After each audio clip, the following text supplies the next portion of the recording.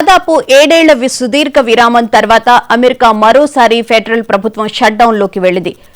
East time zone ప్రకారం మంగళవారం అర్ధరాత్రి 12 గంటల 1 నిమిషానికి నిధుల బిల్లు ఆమోదం పొందకపోవడంతో అక్టోబర్ 1 నుంచి అధికారికంగా నిలిచిపోయింది. సెనెట్లో తాత్కాలిక నిధుల బిల్లు 55-45 ఓట్ల తేడాతో విఫలం కావడంతో ఈ సంక్షోభం తలెత్తింది. రిపబ్లికన్లు, డెమోక్రాట్ల మధ్య ఆరోగ్య సంరక్షణ, మెడికేడ్ కోతలపై ఏకాభిప్రాయం కుదరకపోవడమే ఈ సంక్షోభానికి ప్రధాన కారణంగా తెలుస్తోంది.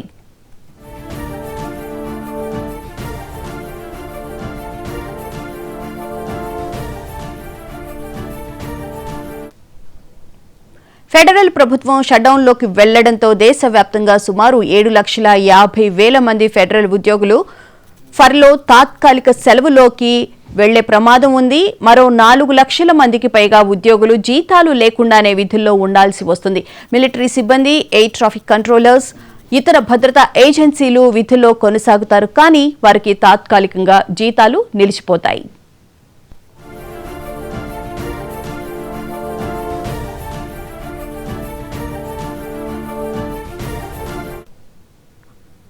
అమెరికా షట్డౌన్ ప్రభావం దేశ ఆర్థిక వ్యవస్థపై తీవ్రంగా పడనుంది. కీలకమైన ఆర్థిక నివేదికల విడుదల నిలిచిపోతుంది. దీనివల్ల మార్కెట్లపై ప్రభావం ఉంటుంది. నేషనల్ పార్కులు, మ్యూజియంలు, జూలు మూతబడనున్నాయి. అత్యవసరం కానీ ప్రభుత్వ సర్వీసులు అన్నీ నిలిచిపోతాయి. చిన్న వ్యాపారుల రుణాలు, ఎస్బీఐ మరియు పరిశోధన కేంద్రాల కార్యకలాపాలు దెబ్బతినే అవకాశం ఉంది. డెమోక్రాట్లు ఆరోగ్య బీమా సబ్సిడీల కొనసాగింపును డిమాండ్ చేస్తున్నారు.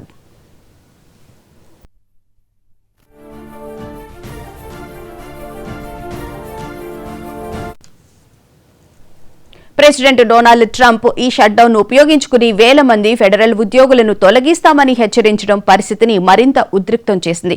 ఫర్లో కాకుండా సామూహిక లే ఆఫ్ల మాస్ లేవర్స్ కోసం ఏజెన్సీలు ప్రణాళికలు సిద్ధం చేయాలని white house management and budget OMB ఆదేశాలు జారీ చేసింది. ఈ చర్య డెమోక్రాట్లపై ఒత్తిడి పెంచేందుకు మరియు ప్రభుత్వ పరిమాణాన్ని తగ్గించేందుకు ఉద్దేశించిన వ్యూహంగా విశ్లేషకులు భావిస్తున్నారు.